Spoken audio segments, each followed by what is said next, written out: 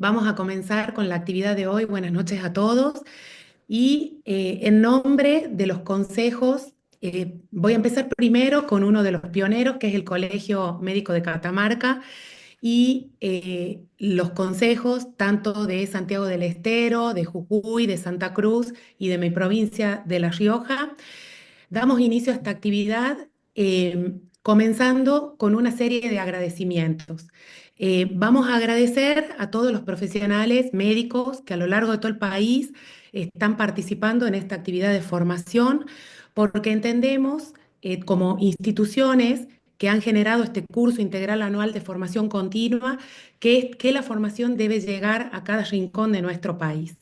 Entonces, el primer agradecimiento es para los asistentes.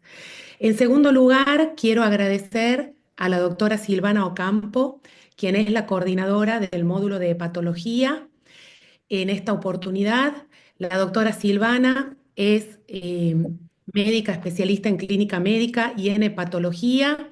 Ha sido directora del Hospital Regional Enrique Beraballos de nuestra provincia, que es el Hospital Regional de la provincia de La Rioja.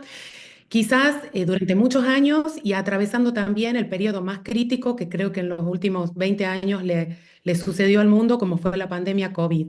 Conocedora profunda del terreno, comprometida con la salud pública y con la medicina, excelente persona y accedió de manera totalmente inmediata a coordinar este módulo. Gracias, Silvana. Y finalmente, bueno, no tengo muchas palabras. Silvana va a hacer la presentación académica y oficial de la doctora Valeria Descalzi, pero doctora, es un honor tenerla dentro de nuestro panel docente.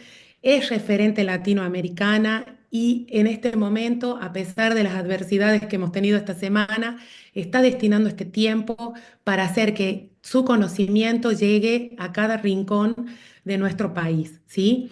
Muchísimas gracias y bueno, Silvana, te doy la palabra para presentar a nuestra expositora de lujo. Bueno, buenas noches. Primero voy a agradecer a mi amiga, a Sisi, en nombre de mío y agradecerle al consejo y al resto. Me parece una actividad excelente.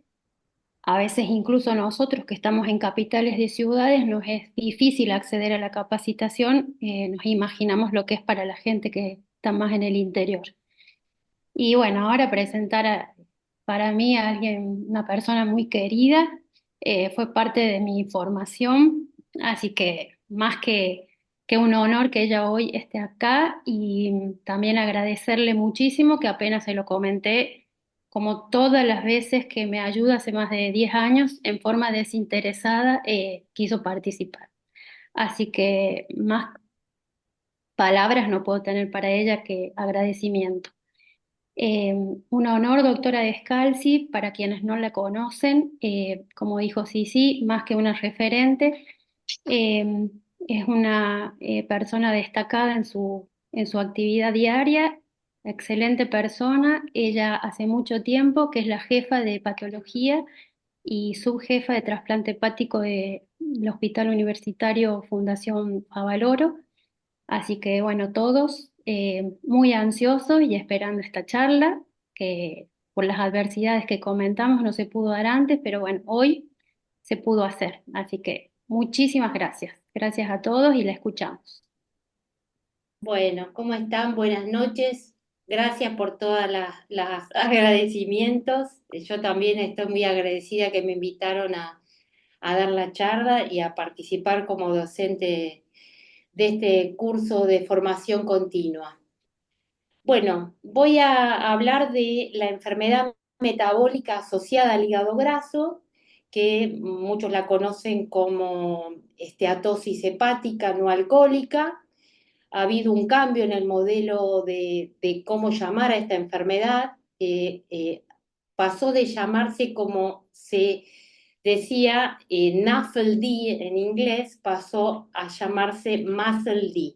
Ahora les voy a hablar de lo que voy a conversar en mi charla. En la agenda de hoy tengo previsto hablar de este cambio, de por qué cambió de nombre la enfermedad, de enfermedad por hígado graso no alcohólico a llamarse MUSCLE-D, hablar un poco de la epidemiología en el mundo, de la historia natural, de cómo se valora el riesgo de tener esta enfermedad, de cómo se debe monitorear y diagnosticar, porque con esta enfermedad puede surgir la aparición de un cáncer en el hígado, y cómo sería el tratamiento, cómo cambiar el estilo de vida, cómo prevenir, qué terapias farmacológicas se prevén para tratarla, y hablar un poquito también del trasplante en esta enfermedad. Así que para comenzar, voy a empezar diciendo que la enfermedad por hígado graso no alcohólico es una causa frecuente de enfermedad crónica en Occidente. El espectro de esta enfermedad abarca dos entidades que están muy bien diferenciadas. Una es la esteatosis simple, que es grasa en el hígado, y otra es la esteatohepatitis, que antes se la llamaba NASH. Ahora vamos a ver que se llama MASH, con M. Esta entidad sí tiene mucha jerarquía, porque pacientes que hacen esteatohepatitis pueden evolucionar a la fibrosis hepática, eso es en el transcurso de años o décadas, y pueden terminar desarrollando una cirrosis con todas sus complicaciones, pueden ir a la insuficiencia hepática y al hepatocarcinoma. En cuanto a la prevalencia en el mundo, en la población general se estima que el 20 a 30% de la población general tiene hígado graso, pero en grupos de riesgo, como por ejemplo en la diabetes tipo 2, esta prevalencia puede subir a un 60 o un 80%. En la Argentina no contamos con datos claros de incidencia y prevalencia de esta enfermedad del hígado graso no alcohólico, pero sabemos que va de la mano de la diabetes tipo 2 y de la obesidad. Acá vemos la prevalencia, lo que les comenté recién, la prevalencia global en mundial en distintas regiones del hígado graso no alcohólico, de acuerdo a los datos que fueron publicados entre el 90 y el 2019. Y como pueden ver, no sé si la flecha se observa bien, en Latinoamérica tenemos una mediana de prevalencia muy alta, es casi del 44%. Esto es hablando de hígado graso. Pero cuando uno habla de esteatohepatitis, que no solo ya la presencia de grasa, sino también de inflamación en el hígado, la prevalencia es más baja, es del 5%. Y en este cuadro podemos ver cuál es el aumento de la tasa global a través de los años. Si bien en el 90 al 2006 esta prevalencia era del 25%, como podemos ver en los últimos años y hasta el 2019 que están publicados estos datos, esta prevalencia aumentó al 38%, o sea que fue claramente significativo el aumento, y este aumento global también se vio en paralelo al aumento de la obesidad. En estos 4 cuadros pueden ver el espectro histológico del hígado graso no alcohólico. Como les mencioné, bueno, en el primer cuadrante van a ver cómo se ve en el microscopio un hígado normal, donde se ven las células hepáticas, intravésicas, sin ningún componente adicional. Cuando un paciente hace esteatosis y grasa en el hígado, así se ve la esteatosis simple, se ven vacuolas, que pueden ser macro o microvacuolas, que están cargadas de triglicéridos. Cuando se pasa al otro estadio de la enfermedad, que es la esteatohepatitis, no solo hay vacuolas, sino que hay inflamación, hay sectores del lobulillo que tienen infiltrado inflamatorio, y también las células tienen daño, que en general se mide por balonización celular de los hepatocitos. El estadio final, como les dije, los pacientes evolucionan en el transcurso de años con fibrosis progresiva y pueden terminar generando nódulos que están divididos por septos de colágeno, como pueden ver en esta foto, llegando a una cirrosis. Suele decirse que este es un proceso dinámico. Como pueden ver en este gráfico, los pacientes pueden fluctuar desde esteatosis simple a esteatohepatitis por periodos cortos. Los que presentan esteatohepatitis progresan o pueden no progresar, pero pueden llegar a la fibrosis en forma rápida o lenta. Y cuando la fibrosis hepática es progresiva, como les dije, van a la cirrosis y sus complicaciones. O sea que el objetivo general del hepatólogo en esta entidad es evitar la fibrogénesis y la progresión a la cirrosis.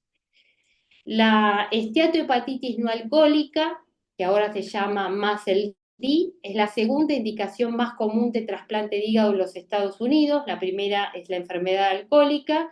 Y en la Argentina, acá podemos ver datos que ya tienen unos cuantos años, también es actualmente la segunda causa de trasplante.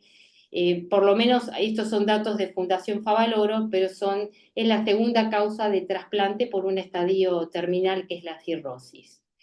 Es un problema en crecimiento, como pueden ver también estos son datos del Centro de Trasplante de Fundación Favaloro. En el 2009 la primera causa de trasplante en la Argentina y nuestro centro era la hepatitis C. Esto con los tratamientos de hepatitis C que son muy efectivos ha hecho que deje de ser la hepatitis C la primera causa de trasplante y como se ve el problema en crecimiento es el hígado graso no alcohólico, que cada vez pasa a ser una de las indicaciones más frecuentes de trasplante. O sea que es un problema en crecimiento. La enfermedad por hígado graso no alcohólico es una condición multisistémica que es reflejo de la insulinoresistencia sistémica. Y en el 2016, Yonoussi publica un metaanálisis en el que incluye 8,5 millones de pacientes y en este metaanálisis se encuentra que en un 42% de los casos los pacientes con hígado graso no alcohólico tenían asociado el síndrome metabólico o alguno de sus componentes, ya sea la obesidad en un 51%, diabetes, hipertensión, dislipemia. Es decir, que se asociaba muy fuertemente a todos los componentes del síndrome metabólico y entre las causas de muerte en estos pacientes, la primera causa era la enfermedad cardiovascular, en segundo lugar el cáncer no hepático y recién en tercer lugar era la enfermedad hepática una de las causas de muerte en estos pacientes. Es decir, que el hígado graso no alcohólico no es una enfermedad inocente, sino que es una enfermedad sistémica, es progresiva y con alta mortalidad.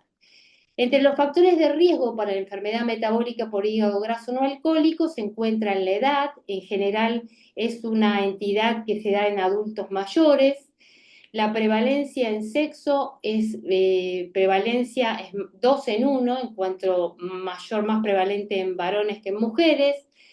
Es de mayor prevalencia en pacientes hispanos blancos y existen determinados polimorfismos genéticos que se están estudiando asociados a esta enfermedad, como son polimorfismos en el gen PNPLA3 y en este gen que es el TM6SF2, que se encontraron ampliamente asociados al hígado graso no alcohólico con enfermedad metabólica.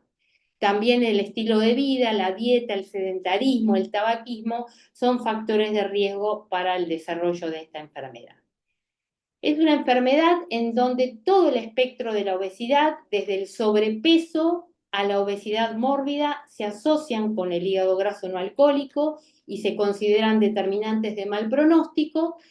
Y también puede haber hígado graso en individuos delgados, no están exentos de desarrollarlos. Por ejemplo, en Asia, entre un 6 y un 20% de los pacientes con hígado graso no tienen sobrepeso ni obesidad y estos pacientes no tienen menor severidad histológica, o sea que tienen una severidad en la célula hepática que puede estar muy enferma sin ser obesos ni tener sobrepeso.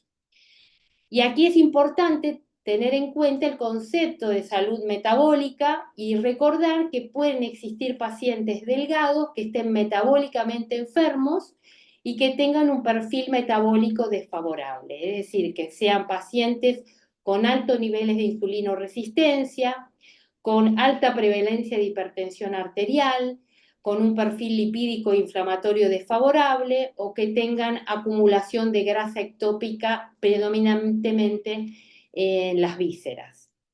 Después también hay ciertas condiciones asociadas al hígado graso que son independientes de la obesidad, como puede ser la diabetes tipo 2, la apnea obstructiva del sueño, el hipotiroidismo, el hipopituitarismo, la hiperuricemia, el déficit de vitamina D, el síndrome de ovario poliquístico o las restricciones pancreatoduodenales. Todos estos son condiciones que pueden coexistir con el hígado graso no alcohólico y pueden darse en sujetos que no son obesos. Con respecto a los mecanismos involucrados en la patogénesis de la esteatohepatitis no alcohólica, sabemos que existen precursores, que son la grasa dietaria, como mencioné, la predisposición genética, la microbiota intestinal, pero los mecanismos fisiopatológicos más importantes son la insulinoresistencia y la lipotoxicidad, o sea, el aumento del tejido adiposo visceral hace que los pacientes tengan resistencia a la insulina, que aumenten los ácidos grasos libres, que haya una alteración en el metabolismo lipídico. Todo esto va a llevar a esteatosis hepática, acumulación de vacuolas de triglicéridos en el hígado, que generan lipotoxicidad. O sea, la presencia de ceramidas, de diacilgliceroles, esos van a ser lipotóxicos y van a llevar a un mecanismo de inflamación en el hígado que van a generar muerte celular, apoptosis y con el transcurso de la enfermedad, que lleva años, van a llevar a la activación de vías de fibrogénesis que finalmente después de 10 o 20 años van a hacer que estos pacientes lleguen a un estadio terminal que es la cirrosis hepática, pudiendo desarrollar también hepatocarcinoma.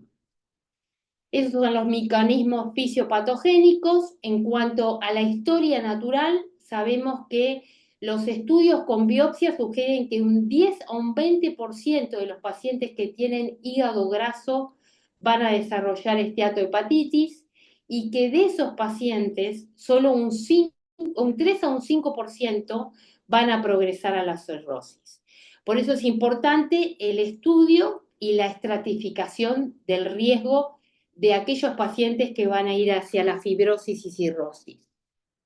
Aquí en esta diapositiva les quiero mencionar dos estudios que son muy importantes, que hablan de la historia natural del hígado graso no alcohólico. Este fue publicado en el New England en el 2017, que habla básicamente de eso, de los pacientes con hígado graso que desarrollan inflamación hepática y las razones de lo por qué ocurre, por los efectos ambientales, la dieta, la microbiota intestinal, el estilo de vida y los modificadores genéticos de riesgo. Y el otro estudio que también es muy importante, que fue publicado en un Journal of Hepatology en el 2017, habla que esta acumulación de fibrosis hepática no es de un día para otro, que lleva tiempo, que puede tomar 20 años y que puede llevar a una cirrosis. Estos son dos estudios que son muy de referencia para hablar de la historia natural de la enfermedad. Y también son importantes, sobre todo el último, el del Journal of Hepatology, porque muestra cómo el grado de fibrosis hepática es el mayor determinante del desarrollo de complicaciones y de mortalidad global. En este estudio, que se incluyeron 2.600 pacientes, se vio que a mayor fibrosis, aquí pueden ver como pacientes hay controles y hay pacientes con distintos grados de fibrosis en esta enfermedad, fibrosis grado 1, que es una fibrosis mínima, o fibrosis 2, son fibrosis intermedias, y la fibrosis 3 y 4 son los pacientes que tienen precirrosis o cirrosis.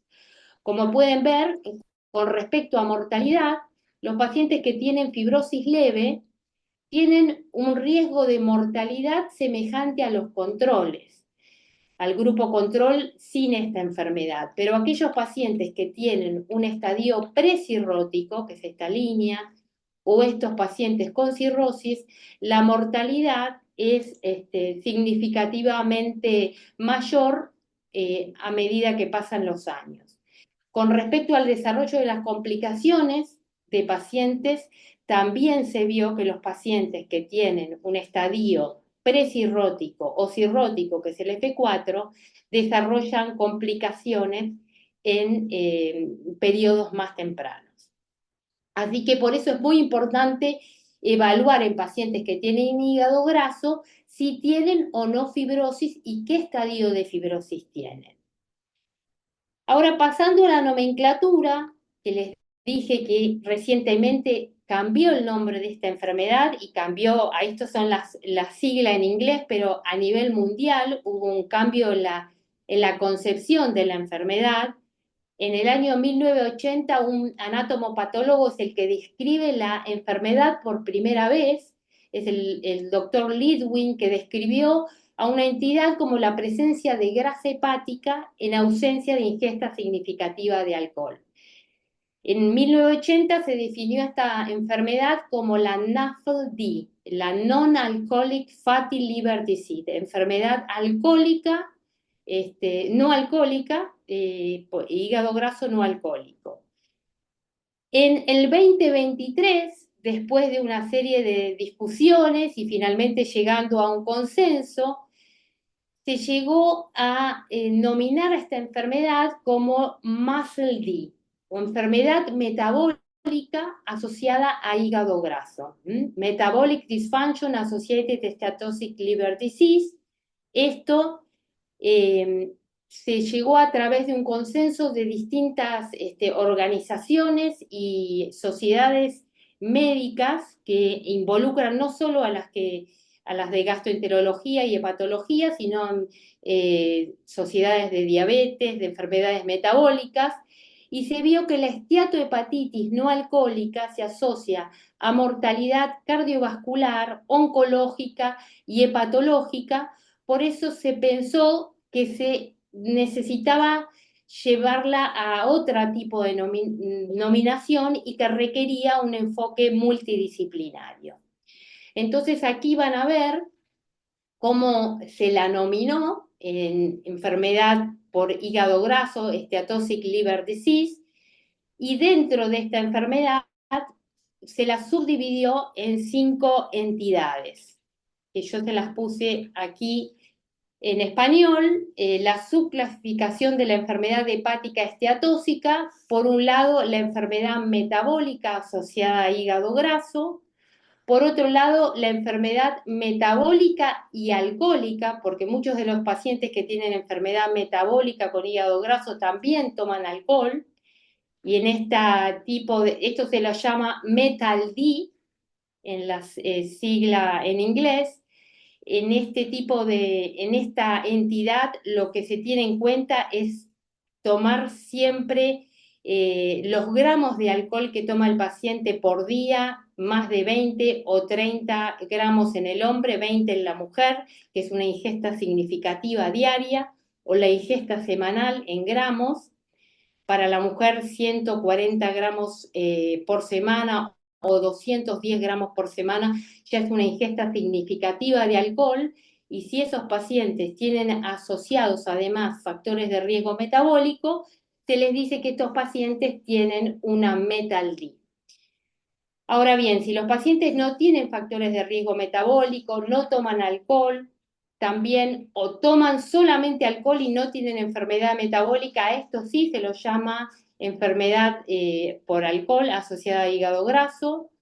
Y otras entidades que pueden dar enfermedad hepática esteatóxica son etiologías específicas que pueden ser el déficit de la lipasa lisosomal, enfermedad de Wilson, la hipobeta-lipoproteinemia, la hepatitis C, la malnutrición, la enfermedad celíaca. Todas estas son entidades que pueden dar hígado graso independientemente de enfermedad metabólica o alcoholismo. Y por último, dentro de esta clasificación está el hígado graso criptogénico, o sea, cuando no hay una causa definida de por qué hay hígado graso, se lo llama enfermedad hepática esteatóxica criptogénica. Para definir los criterios diagnósticos de la enfermedad metabólica asociada a hígado graso, hay, en primer lugar, cuando uno recibe un paciente con hígado graso en general viene a consultorio, identificado por imágenes, en general por una ecografía, que se muestra que el hígado tiene esteatosis, y uno tiene que hacerse una primera pregunta cuando tiene una ecografía en un paciente con esteatosis, si cumple algún criterio cardiometabólico. Si el paciente tiene un criterio cardiometabólico, también hay que preguntarse si existe alguna otra causa agregada a esteatosis. Si no tiene otra causa agregada, como por ejemplo el alcohol, el paciente tiene una MASLD. Si el paciente tiene una enfermedad agregada que puede ser alcoholismo, puede ser una METALD u otra etiología agregada. Y si no existen criterios cardiometabólicos, uno tiene que ir a ver si es una esteatosis criptogénica o está asociada a alguna de estas enfermedades que nombré, como puede ser la enfermedad celíaca, la hepatitis C, el Wilson, que son enfermedades que dan hígado graso. Entre los criterios cardiometabólicos del MASLD en adultos, por lo menos tiene que tener uno de estos 5, un índice de masa corporal mayor de 25 o una cintura abdominal mayor de 94 en el hombre o 80 en la mujer, glucosa en ayunas mayor de 100 o una prueba de tolerancia a la glucosa a las 2 horas con más o igual de 140 miligramos por ciento de glucemia, o una hemoglobina glicosilada mayor de 5.7, o diabetes tipo 2 con o sin tratamiento. Otro de los criterios es una tensión arterial mayor de 130-85 o tratamiento antihipertensivo específico, triglicéridos mayores o iguales a 150 miligramos por ciento, un tratamiento hipolipemiante, o un HDL menor o igual a 40 en el hombre o menor o igual a 50 en la mujer, o tratamiento hipolipemiante. Esto en este consenso en el 2023, cuando se definió la nueva nominación de esta enfermedad, se definieron estos criterios cardiometabólicos como asociados a enfermedad por hígado graso. Entonces, pasando un poco de la historia natural, ya he nombrado cuál es la prevalencia, cómo es la historia natural de la enfermedad. El 20% de los pacientes con grasa en el hígado pueden ir a la esteatohepatitis, y de estos un 3 a un 5% van a ir a una cirrosis en el transcurso de décadas, 1 o 2 décadas, y la fibrosis es la característica más importante de esta enfermedad, porque es la que se asocia a mortalidad. Entonces es muy importante en estos casos estratificar el riesgo. ¿Cómo se evalúa el paciente que tiene MASLD o que tiene hígado graso o esteatohepatitis, inflamación en el hígado? El método no invasivo de elección es la ecografía hepática, que es un método sensible y específico, tiene una alta sensibilidad y especificidad, y en pacientes que tienen por lo menos más del 30% de los hepatocitos afectados, o sea, 30% de esteatosis. Para evaluar esteatosis uno tiene diferentes métodos que ahora les voy a mencionar: la ecografía, la tomografía, que no tiene mucho valor, la resonancia sí, la elastografía. Para evaluar esteatohepatitis, que ya es una enfermedad, digamos, una entidad histopatológica, sí se requiere la realización de una biopsia hepática. Y para valorar fibrosis, vamos a ver que existen test que nos pueden ayudar o orientar a saber qué grado de fibrosis tiene el paciente. Después está la elastografía por resonancia, y por supuesto la biopsia, que nos va a mostrar los distintos estadios de fibrosis. Con respecto a la biopsia, si bien es el gold estándar diagnóstico, es un método invasivo que vamos a ver que tiene morbimortalidad, y que actualmente podemos, antes de la biopsia, estadificar a los pacientes con cierto riesgo, con cierta seguridad, para evaluar el riesgo de estos pacientes. La biopsia, como les dije, es un método invasivo, que puede haber variabilidad interobservador cuando se hace el diagnóstico, tiene un alto costo, tiene cierta morbimortalidad, porque es un método en donde el hígado es un órgano que es muy vascularizado, que puede sangrar, y también es un método donde no siempre es fácil hacer el estudio, porque en este tipo de entidad los pacientes pueden ser muy obesos y es difícil hacer una biopsia. Entonces, es discutido actualmente si es el método gold standard para hacer el diagnóstico y se están planteando otros métodos, como por ejemplo, en primer lugar, para conocer si el paciente tiene grasa o no, un método muy específico es la ecografía, que tiene una especificidad del 94%, en donde podemos ver que el hígado se ve más brillante, más ecorefringente, y también en la ecografía podemos encontrar algunos otros hallazgos que nos pueden ayudar a saber si el paciente tiene fibrosis, que son signos indirectos, si tiene hipertensión portal, si tiene el vaso grande, son todos signos que nos pueden hablar de que tiene una enfermedad de cierta relevancia y no solo tiene un hígado graso. Con respecto a la tomografía, no es el método de elección para evaluación. A veces puede ser un hallazgo, el hallazgo de esteatosis en contexto de que se pidió el estudio por otra lesión y se encontró grasa en el hígado, pero en general no suele pedirse una tomografía para evaluar grasa hepática. Y sí, la resonancia es el método más preciso que detecta a partir del 3% de infiltración grasa la presencia de grasa en el hígado, tiene una especificidad del 99%, pero bueno, la desventaja que es un método que no es accesible y además tiene un alto costo. Y además para valorar la grasa se necesita un hardware específico.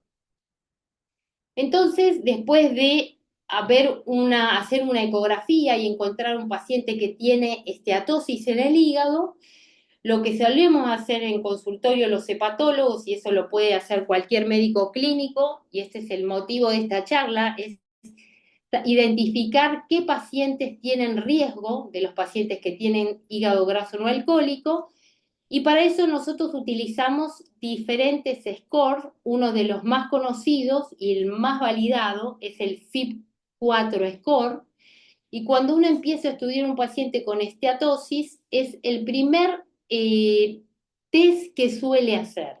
Es un test que tiene en cuenta 4 variables de los pacientes que tienen esteatosis.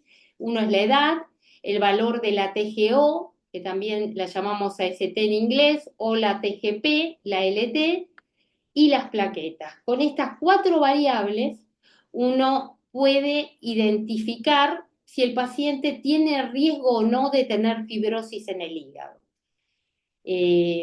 A través de apps que nosotros los tenemos en el teléfono o se pueden encontrar en internet, el score de FIB-4, se introducen estas 4 variables y esta fórmula nos va a dar un puntaje. Si el puntaje es menor o igual a 1.3 del FIB-4, el paciente tiene una baja probabilidad de tener una fibrosis severa o significativa. Es decir, los pacientes tienen bajas probabilidades de estar precirróticos o cirróticos. Si el puntaje es mayor o igual a 2.67, hay una alta probabilidad que ese paciente que nosotros vimos en la ecografía que tenía esteatosis, que tenga fibrosis significativa y que pueda llegar a estar precirrótico o cirrótico. O sea que cuando un paciente tiene un valor mayor de esto, ya es un paciente de riesgo. Y en este intermedio, entre el valor 1.3 y 2.67, que es una zona gris, donde uno no puede medir bien si el paciente no tiene o tiene riesgo, en esta situación es donde nosotros podemos pasar a un segundo, digamos, workup diagnóstico para ver si el paciente tiene fibrosis significativa. Y es ahí donde uno puede plantear la necesidad de hacer una elastografía, que es el segundo paso diagnóstico. Y en este gráfico les quería mostrar cómo se ve en la SAP cuando uno baja al celular el índice de FIB4.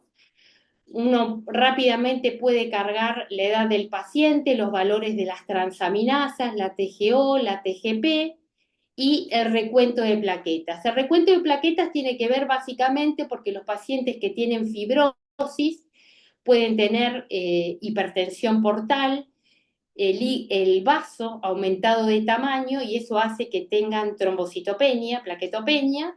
Entonces es una variable importante en este índice para valorar fibrosis.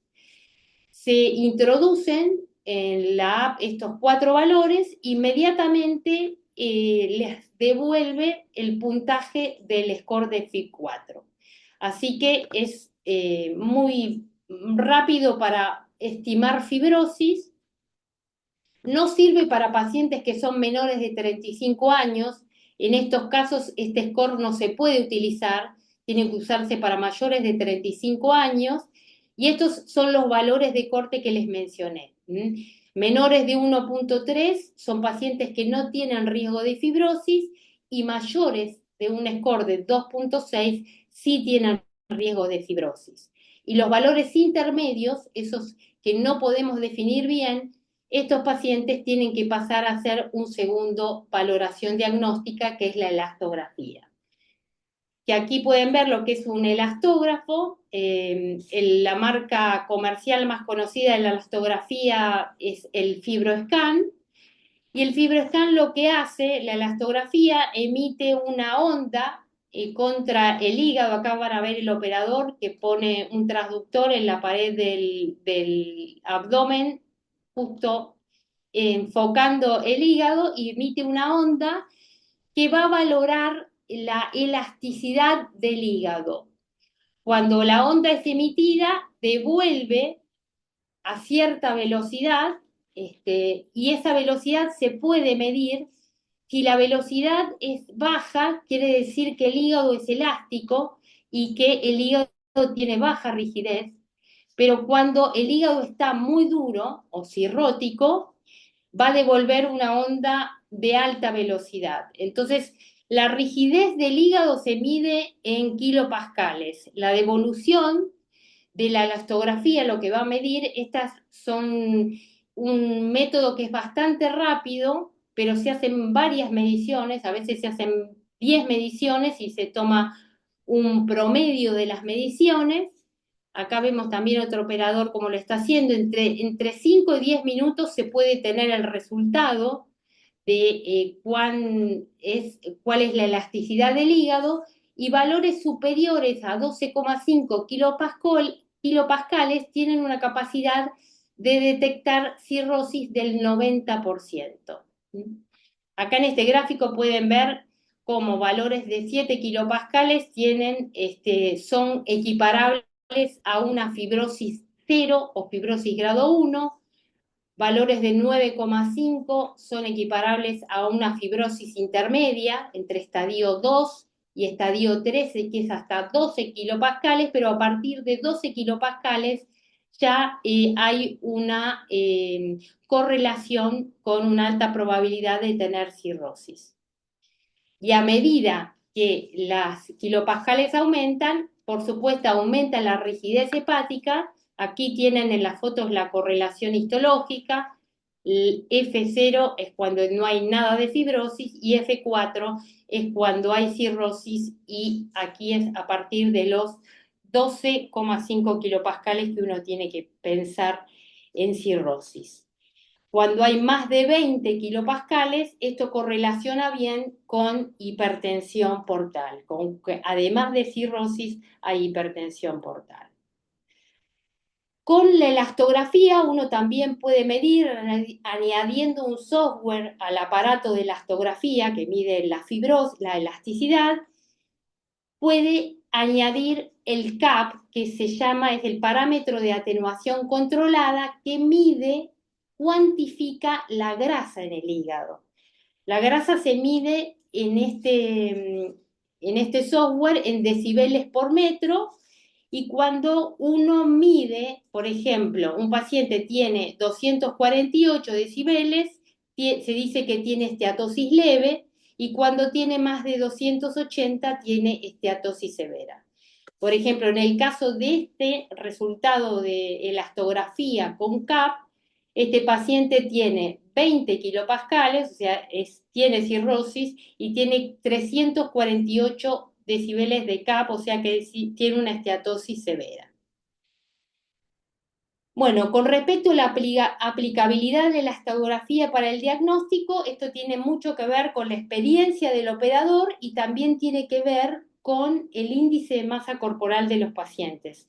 Hay pacientes que tienen un índice de masa corporal superior a 30 y en estos casos es necesario poner sondas especiales para medir la elasticidad del hígado, que se llaman sondas XL, porque con una común por ahí el resultado no es válido. Así que es importante no solo la experiencia, sino saber el índice de masa corporal. Pacientes muy obesos requieren de una sonda especial para hacer la elastografía. Estos son los distintos tipos de elastógrafos que están actualmente, se utilizan. El más conocido es este que les mencioné, la elastografía por transición controlada por vibración, que es el FibroScan. Y después se encuentra el ARFI, que es un impulso por imagen de fuerza de radiación acústica, la elastografía por onda de corte, que se llama Shear Wave Elastography, la SWE, y la elastografía por resonancia. El más difundido es el FibroScan, es el estudio de referencia, es un estudio rápido donde los médicos que lo realizan se pueden capacitar rápidamente para hacerlo y es el que mayor validación tiene actualmente para medir fibrosis hepática. Entonces, para repasar un poco con respecto al diagnóstico de enfermedad por hígado graso asociada a enfermedad metabólica, en primer lugar se utiliza el FIB4, que es este score, y si nos da un riesgo indeterminado o alta probabilidad de fibrosis, el segundo paso es realizar una elastografía. Si la elastografía tiene más de 12 kilopascales, los pacientes tienen alto riesgo de desarrollar fibrosis. Y aquí quiero comentarles cómo es el algoritmo que fue publicado en el 2023 en conjunto con la nueva nominación de la enfermedad de MASLD, cómo es el manejo por el médico clínico u otro especialista no hepatólogo que debe hacer con un paciente que tenga enfermedad metabólica asociada a hígado graso. La primera evaluación es valorar el riesgo con este score de FIB4. Si el score de FIB4 no es mayor de 1.3, el paciente no tiene riesgo y uno lo puede valorar cada 1 o 2 años. Si hay diabetes 2 o prediabetes o hay más de un factor de riesgo metabólico. Un FIB4 cada 2 o 3 años si no tiene diabetes y no hay factores de riesgo metabólico. Ahora, si este FIB4 es mayor de 2.67, hay que hacer una segunda evaluación de riesgo, que puede ser por una elastografía, o se lo puede derivar a un seguimiento por un hepatólogo. Si el paciente tiene riesgo de fibrosis significativa, ya sea en esta instancia, que lo está valorando un médico clínico o en el seguimiento del hepatólogo, por ahí una de las cosas a considerar es realizar una biopsia hepática, si hay un diagnóstico incierto o hay persistencia de las enzimas hepáticas, para saber en qué estadio de fibrosis está el paciente. Así que este es un algoritmo que es el que se debe llevar a cabo ahora en pacientes que tienen esteatosis y enfermedad metabólica. Con respecto al cáncer de hígado, sabemos que el hepatocarcinoma es la séptima causa en incidencia de cáncer mundial y hay una variación global en la supervivencia de los pacientes que tienen hepatocarcinoma. Cuando el hepatocarcinoma se diagnostica en estadios muy avanzados, tiene muy pocas chances de supervivencia. Fíjense que en estadios avanzados, al año las posibilidades de sobrevivir a un paciente con cáncer son de 29% y a los 3 años del 8%. Como es un problema, representa aproximadamente el 90% de los cánceres de hígado primarios, es un importante problema de salud y nosotros sabemos que se asocia a hígado graso, es la tercera causa oncológica de muerte en el mundo y es muy importante aumentar la tasa de detección precoz. Entonces, en pacientes que tienen enfermedad por hígado graso no alcohólico asociado a enfermedad metabólica, uno de los puntos importantes también es detectar precozmente si pueden desarrollar hepatocarcinoma. ¿Mm? Ustedes saben que el hepatocarcinoma en el hígado se asocia a causas virales como el virus de la hepatitis B, el virus de la hepatitis C, alcoholismo, pero el MASLD se ha descubierto como una fuerte causa de hepatocarcinoma. Y la incidencia de cáncer de hígado está aumentando también en paralelo a la obesidad y a la diabetes. Estos son datos de la Fundación Favaloro, pero fíjense que en los últimos años, en estos 3 años, del 2020 al 2023, de 234 pacientes que evaluamos para cirrosis que necesitaban trasplante, 46 tenían cáncer de hígado y el 34% fue por enfermedad por hígado graso asociado a enfermedad metabólica, por MASLD. O sea que recién después la segunda causa fue la hepatitis C y el 29% el alcohol. O sea que la principal causa de cáncer en nuestra serie de pacientes en los últimos 3 años fue el hígado graso asociado a enfermedad metabólica. ¿Mm? Estos también son datos de Favaloro, pero de los 21% de los pacientes con hepatocarcinomas trasplantados, ya no evaluados para trasplante, sino que trasplantados, fueron pacientes que tenían cirrosis por enfermedad por hígado graso asociado a enfermedad metabólica. Bueno, y con respecto a la epidemiología del cáncer en el hígado graso no alcohólico, existen diferencias que son muy notables entre los pacientes que desarrollan este cáncer en comparación con otras etiologías. En general son pacientes que tienen mayor edad, son pacientes que tienen obesidad, que tienen un índice de masa corporal más elevado, tienen más factores de riesgo metabólicos y tienen menos prevalencia de enfermedad hepática avanzada. Es decir, que pueden desarrollar cáncer aún en ausencia de cirrosis. Y esto es importante porque se ha visto, esto es una consideración importante en el hepatocarcinoma, que hay pacientes que antes de llegar a la cirrosis pueden desarrollar, en un estadio de fibrosis grado 3, pueden desarrollar cáncer de hígado. Por eso es muy importante establecer mecanismos de vigilancia y controlar a estos pacientes para ver si desarrollan un hepatocarcinoma. Esto es el algoritmo de diagnóstico y de vigilancia que nosotros en la Sociedad de Hígado utilizamos para ver si un paciente va a desarrollar o no cáncer de hígado. En general monitoreamos la alfa-fetoproteína, que es un marcador tumoral que se asocia al cáncer de hígado. Si hay algún nódulo que es sospechoso de hepatocarcinoma, podemos pedir un estudio, que es un estudio dinámico con contraste endovenoso. Esto puede ser una tomografía trifásica o una resonancia, que se sabe que con este estudio nosotros podemos establecer el diagnóstico de hepatocarcinoma.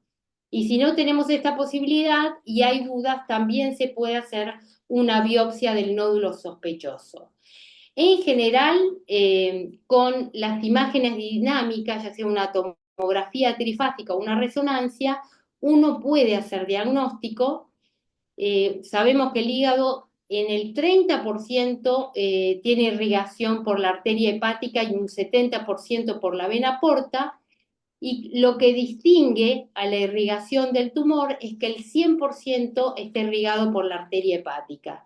Entonces esto permite que en los estudios dinámicos, en una tomografía trifásica, uno pueda ver el comportamiento de un tumor porque tiene exclusivamente el 100% de irrigación por arteria hepática. Entonces, cuando uno inyecta el contraste y hace una tomografía en la fase arterial, va a ver que se distingue el tumor porque se realza, tiene una fase de que se realza con el contraste que brilla, que se llama fase de Washington, que se diferencia del resto del parénquima hepático, y ahí uno puede distinguir muy bien un nódulo de hepatocarcinoma, y en las fases posteriores, cuando el contraste desaparece en la fase venosa tardía, aparece más oscuro que el parénquima y esto se lo llama washout. Este comportamiento que tienen los nódulos tumorales, el hepatocarcinoma en el hígado, hace el diagnóstico y no hace falta hacer una biopsia para hacer diagnóstico. Esto es muy importante porque a diferencia de una regla general de la oncología en la que siempre se requiere de biopsia para diagnóstico, en el hepatocarcinoma no hace falta realizar una biopsia. La biopsia es una rara excepción. Solo con un estudio dinámico uno puede ya hacer un diagnóstico de la presencia. Y utilizamos, cuando aparecen estos nódulos con estas características, utilizamos los hepatólogos una clasificación radiológica que se llama LIRAT, que fue modificada en el 2008, pero cuando un paciente tiene una característica que se denomina LIRAT5, que por tamaño, por el realce en la fase arterial, porque en la fase venosa de una tomografía o resonancia lava, porque tiene una cápsula y porque tiene un crecimiento sostenido, todas estas características hacen que un paciente tenga lo que se llama un estadio LIRAT5 que hace diagnóstico de hepatocarcinoma. Así que ya saben, en los pacientes que hay sospecha porque en la ecografía se ve un nódulo, el siguiente paso para saber si es un hepatocarcinoma hay que hacer una tomografía contrastada y ver si ese nódulo es un LIRAT5 que hace diagnóstico de hepatocarcinoma. Entonces, es muy importante la vigilancia en estos pacientes y lo que está establecido es que la vigilancia se haga en pacientes que tienen muscle D en estadio cirrótico. No está por el momento previsto que pacientes que tengan un estadio precirrótico, o sea que tengan un estadio F2 o de fibrosis grado 3, deban entrar en programas de vigilancia. Bueno, esto también habla un poquito del hepatocarcinoma, que se detecta con mayor frecuencia en una etapa tumoral tardía, pero que puede surgir también en ausencia de cirrosis. Ese es un trabajo que se publicó y fue uno de los primeros que permitió definir que los pacientes con esta enfermedad podían tener hepatocarcinoma previo a la cirrosis. En este gráfico también podemos ver cuál es la prevalencia mundial estimada de la enfermedad y la distribución de estos genes que les nombré, el genotipo PNLPA3, que está asociado no solo a enfermedad metabólica, sino que también se asocian a hepatocarcinoma. Estos dos genes, cuando se estudian, se ha visto que están implicados en el metabolismo de los lípidos y que se asocian a hepatocarcinoma.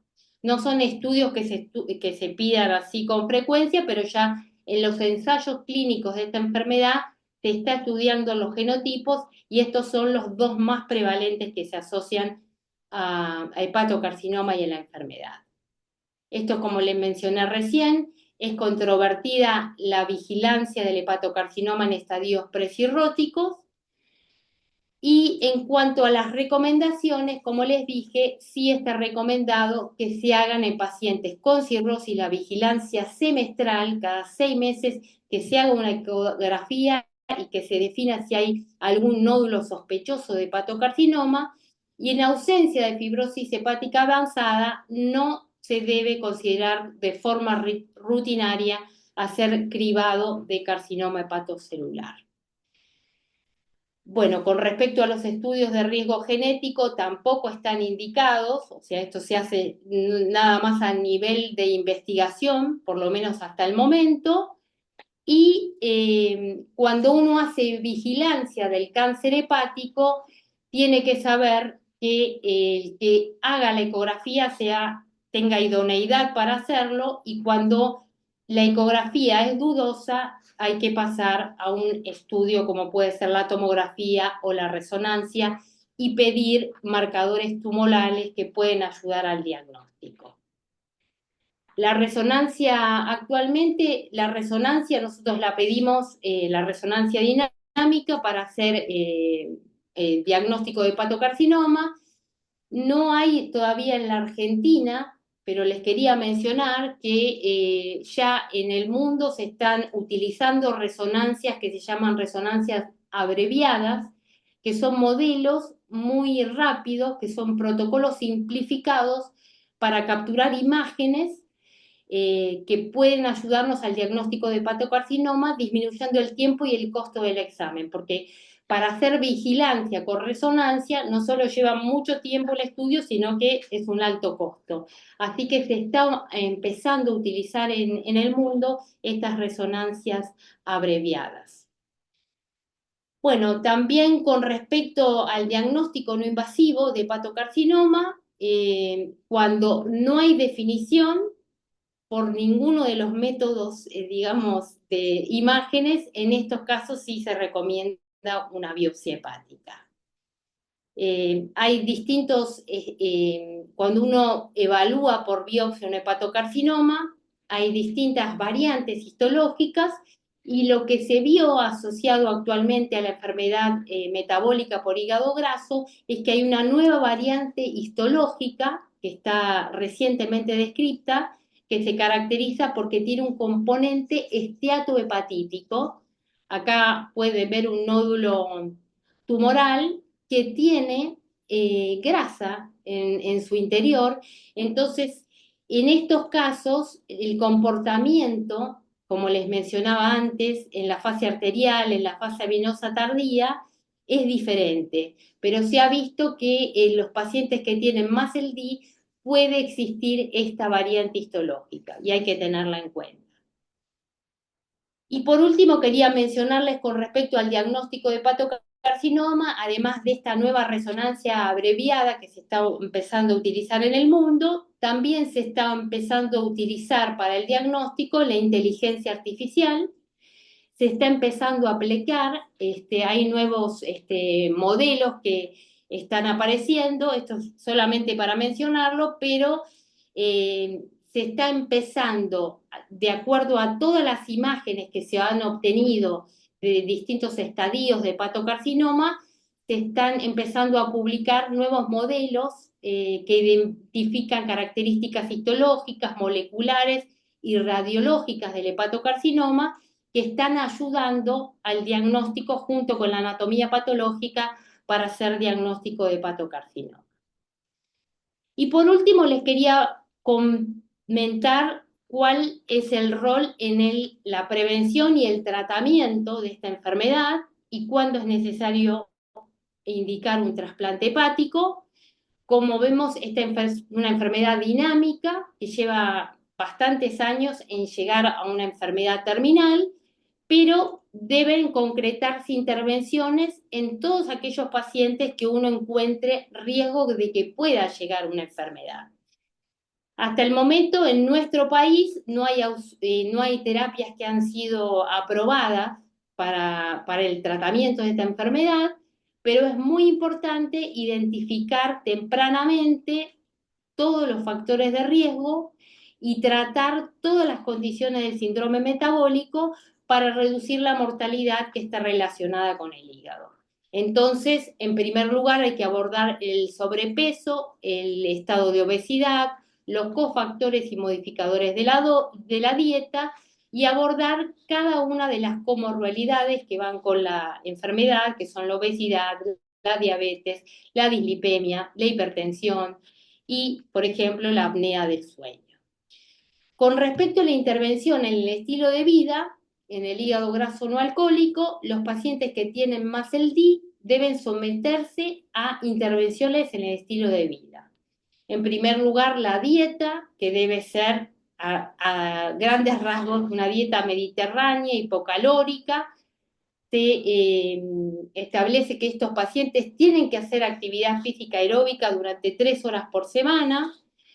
Siempre la idea es mejorar los hábitos dietéticos, una alimentación saludable. Como les dije, la dieta que se aconseja es la dieta mediterránea. La dieta occidental se relacionó con un mayor riesgo de progresión de enfermedad, mientras que la dieta mediterránea puede promover la regresión de las lesiones histológicas. Aquí a la derecha pueden ver cuál es el plato de alimentación saludable de Harvell, que nosotros es el que recomendamos para los pacientes.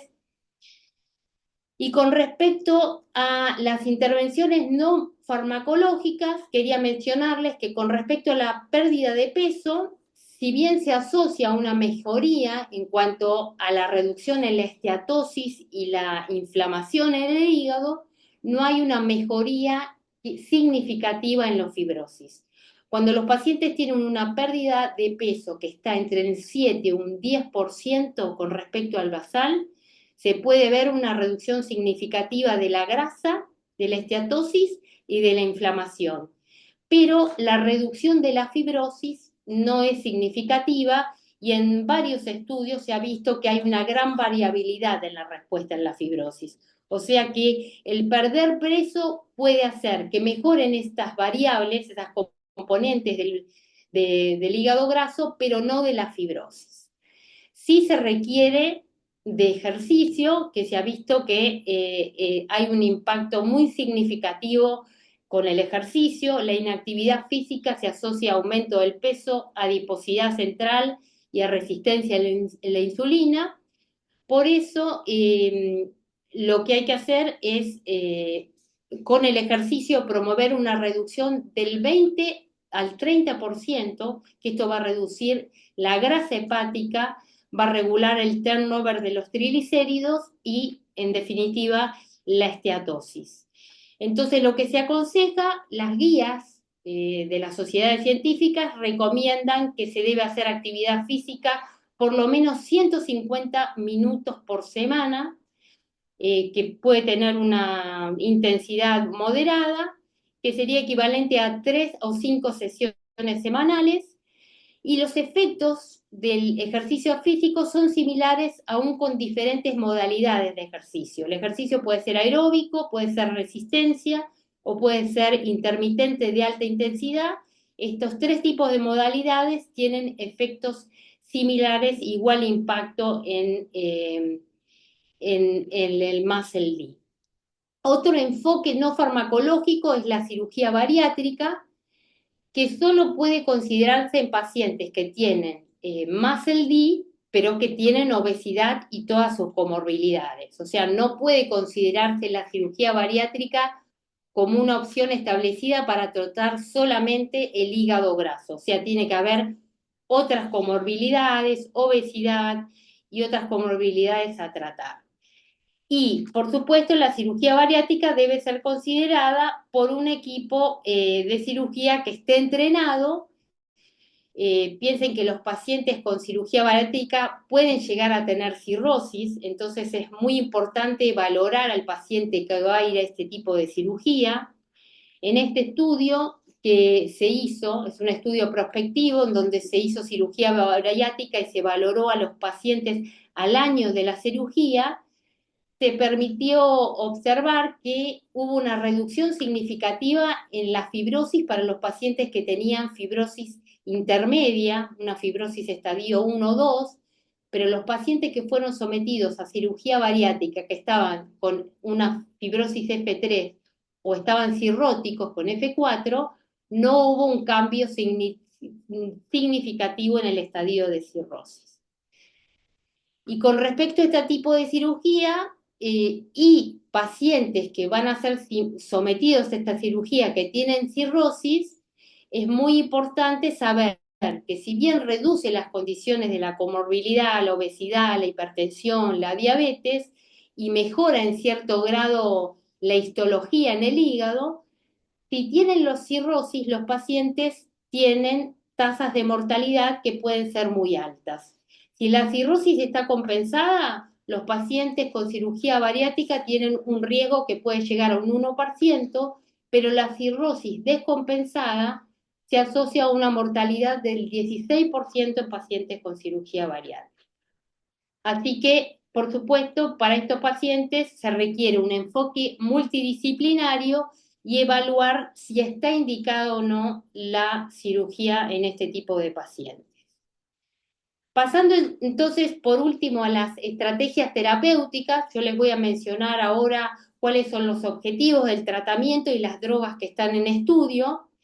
Las opciones terapéuticas se encuentran enfocadas en mejorar la esteatosis, la inflamación, la fibrosis y con una terapia farmacológica que sea ideal para la enfermedad hepática, pero que también tenga en cuenta el metabolismo de la glucosa, la regulación de los lípidos, de los triglicéridos, la insuficiencia, la insulinoresistencia, la obesidad.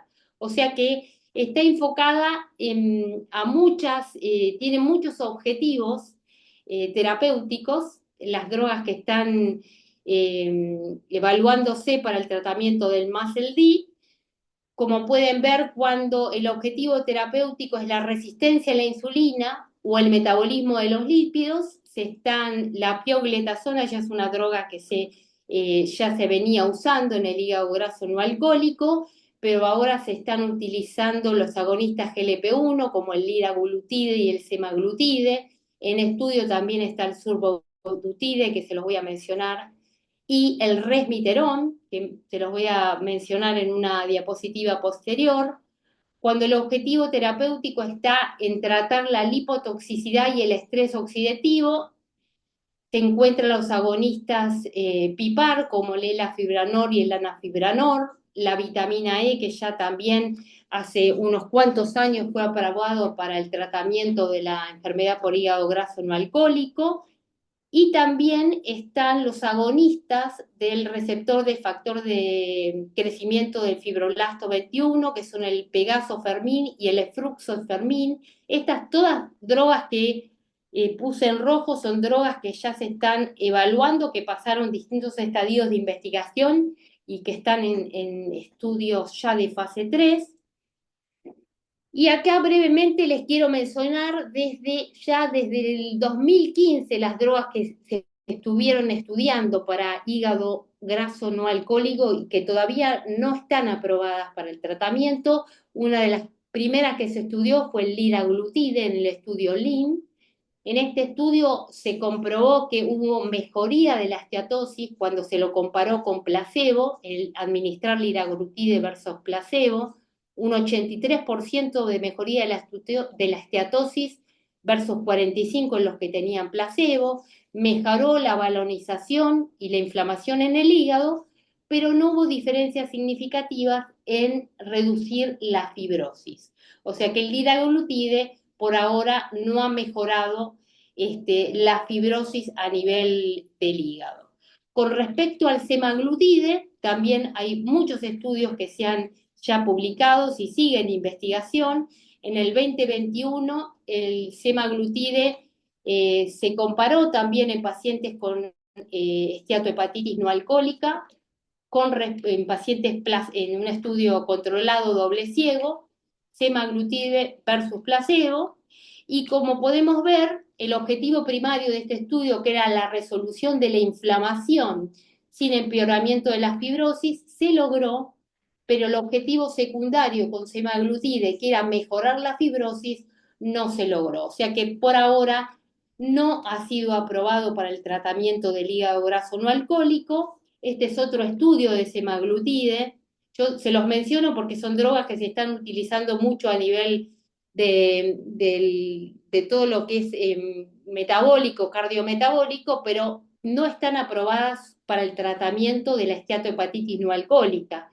Este es un estudio también multicéntrico que se hizo en pacientes con cirrosis por enfermedad metabólica por hígado graso, y se incluyeron 71 pacientes con cirrosis, se los estudió durante 48 semanas con semaglutide versus placebo, y el objetivo primario fue la mejoría de la fibrosis sin empeoramiento del MASH. Este objetivo no se logró tampoco, si bien el semaglutide mejoró todos los parámetros metabólicos, bioquímicos de la esteatosis, no logró reversión de fibrosis. O sea que con este estudio se estableció que es seguro dar el semaglutide en pacientes con cirrosis, pero tampoco se pudo establecer el objetivo primario, que era la mejoría de la fibrosis. Entonces, hasta el momento no se han aprobado los agonistas GLP-1. Esto lo menciono porque se utilizan para enfermedad cardiometabólica cada vez más, pero para el MASLD no se han aprobado aún, y esto es porque no han alcanzado hasta ahora los estudios llegar a los objetivos primarios, que son la resolución de la esteatopatitis sin empeoramiento de la fibrosis y la mejoría de la fibrosis en el hígado. También no se han aprobado porque estos estudios llevan muchos años y hay que valorar también la seguridad de estas drogas en pacientes que tienen enfermedad hepática. Entonces, para valorar seguridad, uno tiene que saber si el paciente con enfermedad hepática se puede llegar a descompensar, cuál es la supervivencia libre de trasplante, si existe mortalidad por otras causas, y como estos son criterios que para valorarlos llevan muchos años de investigación, todavía no han sido aprobadas. Y aquí para mencionarle algunas de las drogas que están en fase de investigación: el ácido beticólico, que en un análisis interino a los 18 meses logró mejorar en forma significativa la fibrosis relacionada con esteatohepatitis no alcohólica. El resmiterón es una droga que sí ha sido aprobada y es la única que ha sido aprobada en Estados Unidos. Es un agonista selectivo de los receptores beta de la hormona tiroidea. Y esta droga, en 52 semanas, comparada con el placebo, se ha hecho un estudio con resmiterón en 2 dosis, en 80 miligramos y 100 miligramos.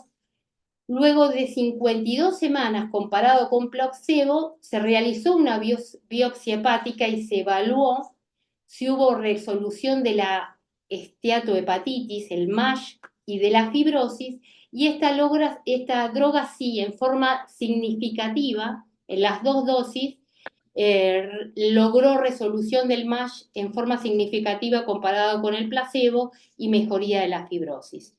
Por estos resultados, la droga tiene una aprobación que es provisional en Estados Unidos, se está utilizando, pero se están controlando todavía los posibles efectos en cuanto a lo que es seguridad de la droga. Es la única que está aprobada, en nuestro país no. Otra de las drogas en estudio, este es un estudio fase 2, pero ya hay estudios fase 3, es un agonista PAM-PIPAR, que es el lanafibranor, que también logró demostrar mejoría en lo que es esteatohepatitis y en grados de fibrosis con respecto a la fibrosis. Te los menciono porque son los que son muy prometedores y en los próximos años probablemente sean los que se utilicen en forma combinada o no para tratar la esteatohepatitis y la fibrosis en el hígado. Otra de las drogas es un agonista de los receptores del factor de crecimiento de fibroblastos 21, que es el efruxifermin. También en estudios de fase 2, ya hay estudios de fase 3, ha mostrado resolución de la esteatohepatitis sin empeoramiento de la fibrosis en forma muy significativa, como pueden ver, 62-57% de mejoría con respecto al placebo, que fue muy baja, y la fibrosis también, una mejoría significativa con dosis de efruxifermin, por ejemplo, de 50 miligramos, 50% en reducción de la fibrosis comparado con placebo, que fue muy baja. Otra droga parecida, que también tiene los mismos mecanismos parecidos de acción, es el pegasofermin, que en un estudio de fase 2 comparado con placebo en distintas dosis de 15, 30 y 40 miligramos, estas dosis son semanales, esto es cada 2 semanas, también mostró con respecto al placebo una mejoría significativa en la resolución de la esteatohepatitis y mejoría en la fibrosis con respecto al placebo. O sea, estos datos son muy fuertes y estas drogas ya están en estudios fase 3 y son muy prometedoras para el tratamiento de la enfermedad por hígado graso y la fibrosis. Por último, otra que también es muy prometedora es el survodutide. Este es un agonista dual del receptor del glucagón y del receptor del péptido similar al glucón, al GLP-1, al glucagón. Hay un estudio previo, ahora se están llevando a cabo otros, pero en el 2024 se publican en el New England los primeros resultados de esta droga, el survodutide, en hígado, que después de 48 semanas de tratamiento comparado contra el placebo, también logró una mejoría histológica de la esteatohepatitis asociada a la disfunción metabólica sin empeoramiento de la fibrosis. Esto es después de 48 semanas. Así que a partir de este estudio fase 2 que fue publicado, ahora nosotros en Buenos Aires hay unos cuantos centros que están llevados, en Rosario también creo, están llevando a cabo los estudios de fase 3 que son survodutide, efruxifermin y pegasofermin. Hay muchos pacientes que están enrolándose en estos estudios. Y para el futuro, la perspectiva, como les dije, es que estos fármacos dirigidos a diversas vías fisiopatogénicas que se están probando en ensayos clínicos se combinen y que haya ensayos terapéuticos combinados que todavía tengan efectos mucho mejores. Bueno, por último quiero mencionarles como tratamiento de esta enfermedad el trasplante hepático. Esta es una entidad que cuando llega a su estadio terminal puede llegar a una cirrosis decompensada, a la insuficiencia hepática, cuando los pacientes tienen un score de MEL mayor de 15, o al desarrollo de hepatocarcinoma. Estas tres instancias hacen que uno tenga que pensar si el paciente con esta enfermedad tiene que ser sometido a un trasplante hepático. Siempre cuando uno evalúa a un paciente con estas características, tiene ciertos desafíos. En el pretrasplante el desafío es incluir y manejar en lista pacientes con esta enfermedad, porque son pacientes que tienen riesgo cardiovascular, riesgo metabólico, riesgo de desarrollo de cáncer, y todo esto hace que sean pacientes con muy alto riesgo quirúrgico. Y es más, los pacientes que tienen un índice de masa corporal mayor de 40, casi indicar un trasplante es muy, digamos, extremo y es hasta prohibitivo porque son pacientes que tienen mucha comorbilidad con un trasplante. Y después del trasplante, el desafío más grande es que no vuelvan a desarrollar la enfermedad en el hígado trasplantado. Hay pacientes que lo desarrollan, como les voy a mostrar ahora los datos de nuestro centro en Favaloro, y hay pacientes que hacen la enfermedad de novo, o sea que llegaron al trasplante por otra enfermedad y después del trasplante desarrollan esteatohepatitis en el hígado trasplantado. Esta tabla muestra a nivel mundial y a nivel de los años cómo se ha reportado en las diferentes series la recurrencia de la esteatosis y de la esteatohepatitis después del trasplante.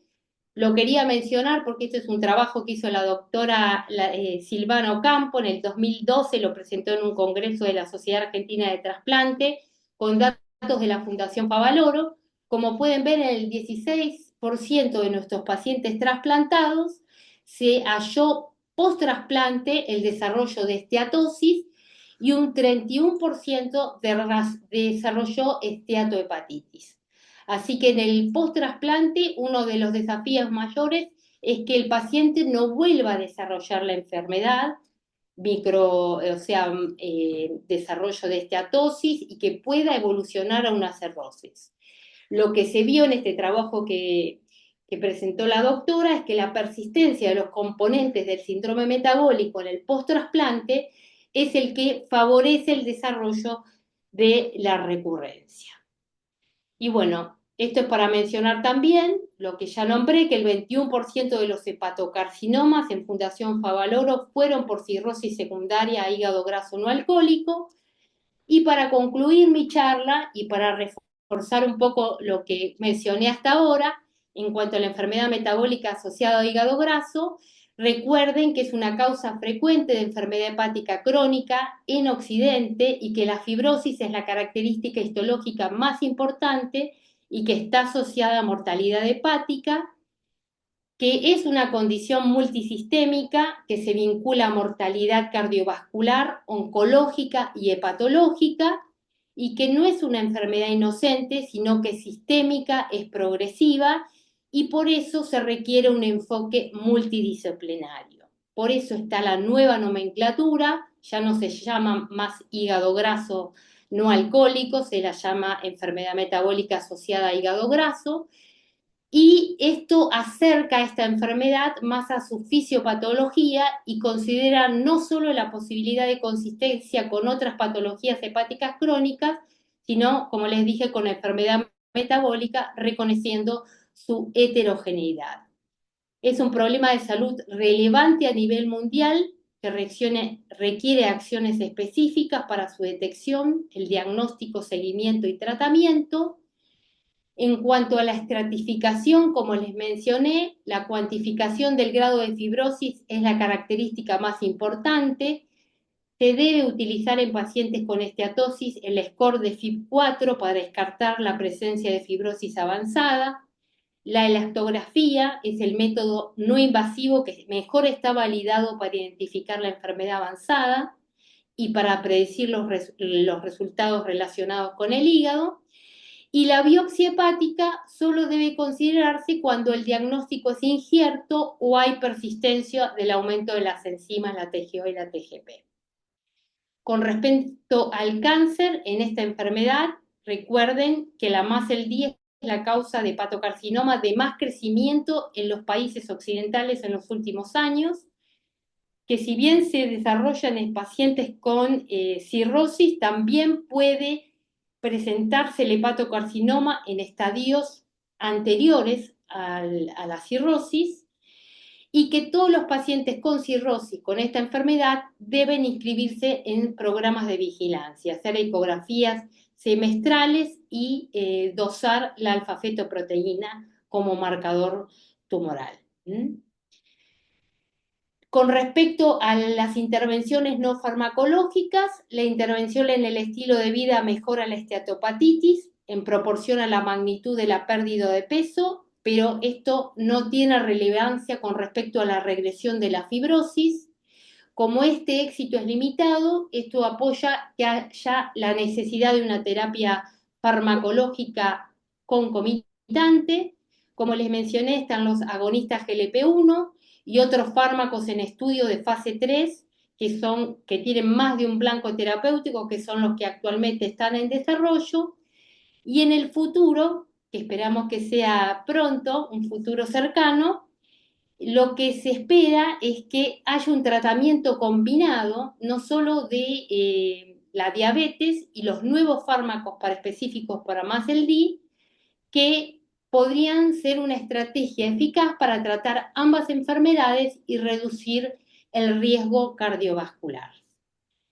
Así que estas son las últimas conceptos para que repasemos un poco todo lo que mencioné y les agradezco la atención hasta ahora de mi charla. Si quieren, podemos pasar ahora a las preguntas o tengo un breve caso clínico. Si quieren, pasamos al caso como quieran ustedes. Bueno, Bueno, primero, permiso. Em, Primero, muchas gracias. Creo que una clase muy completa, práctica y didáctica, así que van a tener mucho para sacar los Sí, oyentes. De un tema muy actual y que es una consulta diaria, no solo del hepatólogo, sino del médico clínico, internista o generalista, que la hipertransaminasemia hoy en día es una consulta frecuente y la mayoría de esas está asociada al hígado graso no alcohólico. Así mm, que es un tema muy importante. Creo que hay que hacer las preguntas y después el caso clínico. No sé si Lucía querés leer. Bueno, excelente clase, doctora. La Bueno, muchas primera gracias. pregunta es, ¿qué opina de solicitar insulina en los estudios de laboratorios? Algunas de las sociedades como la SAM ya no lo recomiendan porque refieren que su valor es muy variable de acuerdo a la alimentación del paciente en los últimos días. Además, se cuestiona si su valor elevado per se no sería indicación de metformina. Esa es Sí, una pregunta, doctora. yo no soy especialista, pero con respecto al dosaje de insulina, por comentarios y por trabajos que he tenido con especialistas en el tema, diabetólogos, no lo utilizan como un marcador, el dosaje de insulina ni el OMA. Así que no es una recomendación fuerte que lo lleven a cabo los médicos que tienen en cuenta el metabolismo del paciente. Mm. Bien. Bien. ¿Alguna Después otra una pregunta, Lucy? pregunta. Sí. ¿No? El paciente con BMI mayor a 30 e hígado graso tiene diagnóstico de obesidad clínica según la nueva clasificación de obesidad. Y ahí la doctora Sí, nos felicita, excelente clase. si tiene diagnóstico, ¿me puedes repetir la pregunta? El paciente con BMI mayor a 30 e hígado graso tiene Sí, diagnóstico de obesidad clínica según la nueva clasificación de obesidad. sí, yo no estoy al tanto, no sé si hay una nueva clasificación, sé que hay una reclasificación de las obesidades, pero sí, obesidad, Sí. sí. Otra pregunta es, ¿qué valores de GOT y GPT son significativos de hepatitis por esteatosis? Mira, ya tener una alteración del valor normal de las transaminasas, cuando las transaminasas tienen por arriba de 1,5 el valor normal, ya uno es un indicador fuerte de que puede tener una esteatohepatitis el paciente. Bien. Bueno, Y yo, por último, bueno, dale Lucy con la audiencia. hay una última pregunta. ¿Qué estadísticas Bueno, tiene de niños con hígado graso y su abordaje? yo no tengo muchos conocimiento en pediatría, sé que hay un crecimiento también muy fuerte en pediatría de hígado graso, pero no, como no hago la especialidad no te puedo dar cifras. Pero Bien, sí claro, sé que es un tema que cada vez tiene más relevancia. Hay obesidad y hígado graso en los niños. bien. Sí, Bueno, yo tengo una inquietud, doctora. Bueno, felicitaciones por su clase. La verdad es que gracias. nos ha dado información realmente de altísima utilidad clínica para todos los que hacemos, digamos, abordaje clínico. Y la consulta es en un paciente en el cual, ¿no es cierto?, tenemos toda esta alteración metabólica que aborda o que incluye esta nueva definición y en el que llevamos adelante cambios sostenidos en el estilo de vida. Por ejemplo, un Sí, paciente que realmente se aleja de la obesidad, controla su presión arterial, su lipidograma de manera sostenida. sí, Ese paciente que había tenido una ecografía, por ejemplo, y aprovecho acá para hacer una pequeña reflexión porque lo que usted nos acaba de mostrar es muy importante para la sobrevida del paciente. Y muchas veces recibimos esa ecografía y dice, un poquito de hígado graso. No, eso sí, está mostrando una severa alteración metabólica. Por lo tanto, ese paciente que se aleja de esa condición porque entiende, comprende cuál es, digamos, una salida a esto. Si en sí. un tiempo hacemos una ecografía, ¿podemos encontrar una reversión y volver a ver el hígado normal? Sí, sí, pero lleva un tiempo, pero como yo les digo, con un 7, un 10% de reducción del peso, recién ahí uno puede ver en forma significativa la reducción de la esteatosis. Bien. Entonces ahí sí lo podemos ver con respecto al basal, o sea, es Sí, una sí, reducción de peso significativa, sí. bien, excelente, excelente esto. Ya quedó claro que si hay cambios fibróticos, probablemente con las medidas estamos llegando un poco tarde, porque es Sí, tratar de claro, no... pero lo más importante que, bueno, yo lo mencioné, pero es la estedificación del riesgo, porque nosotros vamos a tener pacientes con aumento de las transaminasas o que vemos en el laboratorio, vienen al consultorio con una esteatosis por ecografía. podemos ver que las plaquetas están bajas.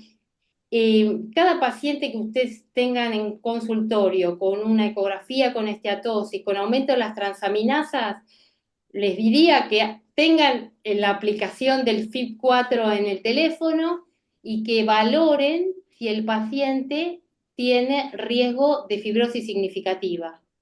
Si Bien, tiene un FIB4 ya significativo, uno tiene que hacer una elastografía y, por supuesto, empezar a tomar medidas de todo tipo para que no progrese esa enfermedad. Sí. Pero es excelente. el primer paso para la valoración de la enfermedad hepática. Después, por supuesto que hay que valorar todo el conjunto de comorbilidades metabólicas que llevan estos pacientes, sí. Sí, sí.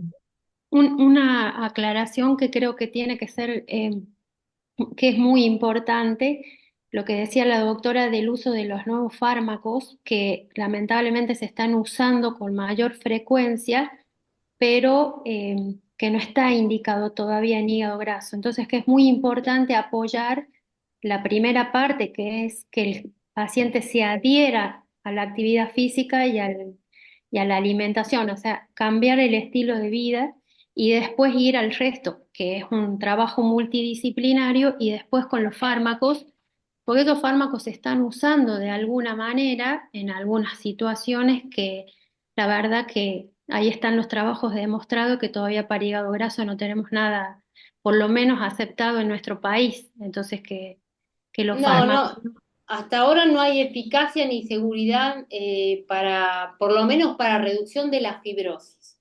Entonces no se han aprobado, salvo el resmiterón. Pero lo que se ve sí es que si ustedes tienen un paciente que lo someten a todas las intervenciones, dieta, reducción de peso, y a pesar de todo el paciente sigue evolucionando, ahí uno puede intentar derivarlo para que ingrese en un ensayo clínico. Estas drogas que nombré, el pegasofermin, el fluxifermin, surbodutide, que ya están en fase 3, son muy efectivas. Entonces uno puede ofrecerle al paciente, mientras no haya nada aprobado, el ingreso a un ensayo clínico. En el país hay centros que ya los tenemos, digamos, en acceso para que los pacientes puedan entrar, pero no hay nada aprobado. No, hasta ahora no. Bueno, antes del caso clínico y así terminamos, hay una última pregunta que dice, ¿qué sustento podría tener la indicación de las estatinas del MASLD? Uno ve que la práctica algunos lo indican. Sí, en el MASLD, en realidad para la enfermedad, para todo el contexto metabólico, pero a nivel hepático no tienen un impacto significativo, o sea, no van a tener mejoría ni de ninguno de los componentes de la enfermedad hepática, ni la esteatosis, ni esteatohepatitis, ni la fibrosis, pero sí para el componente cardiometabólico. Y otra cosa que quería mencionar es que muchas veces no se dan las estatinas porque los pacientes con MASLD tienen aumento de las transaminasas. Y no es una contraindicación. En realidad uno puede indicar estatinas. Las estatinas sí pueden dar toxicidad cuando los valores son por 5 veces el valor normal. Uno tiene que tener por ahí cierto cuidado y valorar bien la función hepática, pero si el paciente tiene riesgo cardiometabólico hay que indicárselas.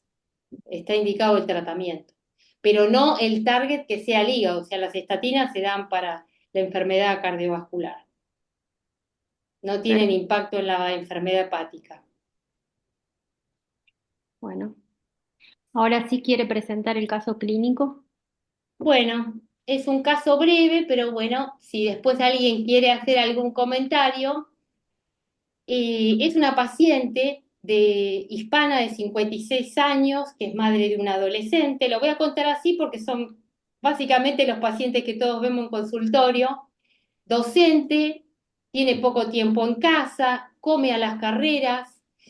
Los médicos la han estado siguiendo sus enzimas hepáticas durante 17 años, o sea, tiene 56, ya hace muchos años, y le han asegurado de que no hay nada de qué preocuparse, solo tiene que hacer dieta y perder peso.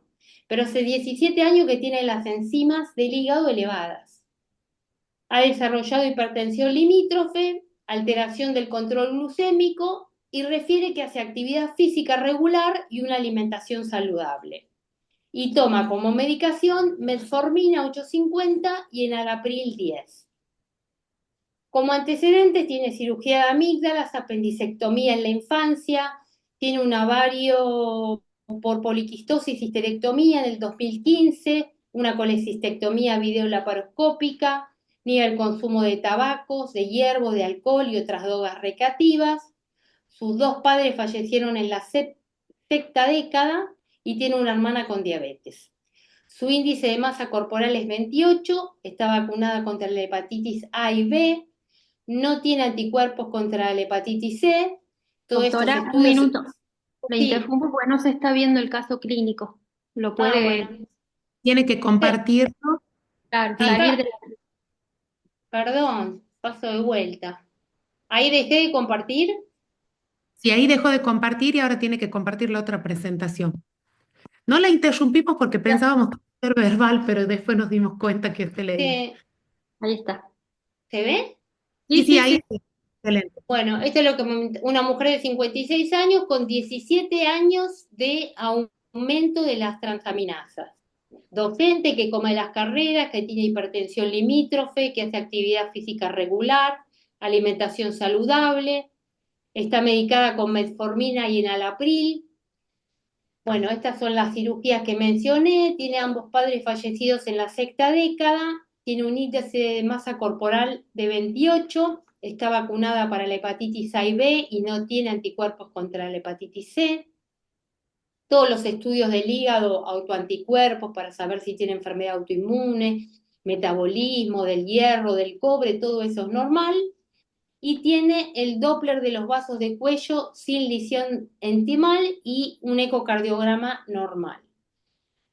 Entonces, en octubre del 2022, con esos antecedentes de 17 años de aumento de transaminasas, es derivada al hepatólogo por hígado graso y esta elevación. Como les dije, estos son los antecedentes. Esta es la tensión arterial, 118/76, tiene distribución central de grasa y en la ecografía lo que se ve es un aumento difuso de la ecogenicidad del hígado sin lesiones focales evidentes con un vaso normal. Y las enzimas, las transaminasas, tienen una TGO de 3 veces el valor normal y una TGP de 4 veces el valor normal. Este es el laboratorio que se hizo cuando vio al hepatólogo. Yo les marqué algunas de las determinaciones, pero bueno, tiene 41 de hematocrito, 13 de hemoglobina, 4.600 blancos, las plaquetas de 222.000, la glucemia de 108, el colesterol 227, el HDL de 56, el LDL 144, triglicéridos 119, el índice de riesgo heterogénico 3.8, el índice de riesgo metabólico 2, la TGO, como les mencioné, 102/32 y la TGP 156/36, la bilirrubina 1,1, fosfatasa, la albúmina normal, la gamma GT prácticamente normal. Este es el laboratorio de la paciente. Las enzimas, las hormonas tiroideas normales y en este caso se midió la insulina 36, el OMA es de 9.7, la glucemia en ayuno ya la mencioné y la hemoglobina glicosilada es 6.1. Este es el laboratorio y el primer paso, como les mencioné en el consultorio, es sacar el celular y hacer el CYP4. Entonces, de esta paciente ingresamos los valores, le dan las transaminasas, el valor de plaquetas y nos dio un score de CYP4 de 1,95. Quiere decir que estaba en este rango de valores, que es un valor indeterminado para saber si el paciente tiene fibrosis o riesgo de hacer fibrosis. En este caso, con valores indeterminados, entonces lo que se procede es al siguiente paso diagnóstico para estadificación de la fibrosis, que es la elastografía. Se hizo la elastografía en diciembre del 2022, y el resultado arrojó que la paciente tenía 13 kilopascales, es la medición de la rigidez simpática, y con respecto a la cantidad de grasa tenía 307 decibeles por metro.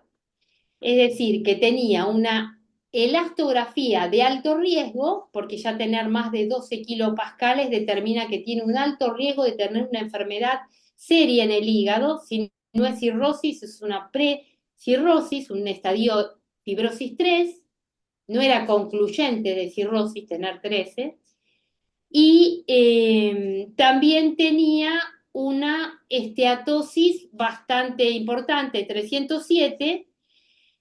Entonces, al tener esta esteatosis, podía estar sobreestimada el valor de la elastografía porque tenía mucha grasa. En este caso, lo que se hizo con esta paciente es para establecer bien el estadio de fibrosis que se hacía y considerar la necesidad de una biopsia hepática. Entonces, como esta paciente está en un riesgo intermedio alto, se realizó una biopsia y ahora les voy a mostrar lo que dio la biopsia. Esta biopsia se hizo en marzo del 2023 y la conclusión, como pueden ver acá en la histología, este es el hígado en la microscopía con hematoxilina y eosina, se ve que es un hígado que está infiltrado con vacuolas, tiene una esteatosis macrovacuolar, 70% del tejido infiltrado, y tiene a nivel del tejido hepático, además de las vacuolas, tiene degeneración balonizante, o sea, los hepatocitos están dañados, están enfermos y tiene focos de inflamación lobulillar.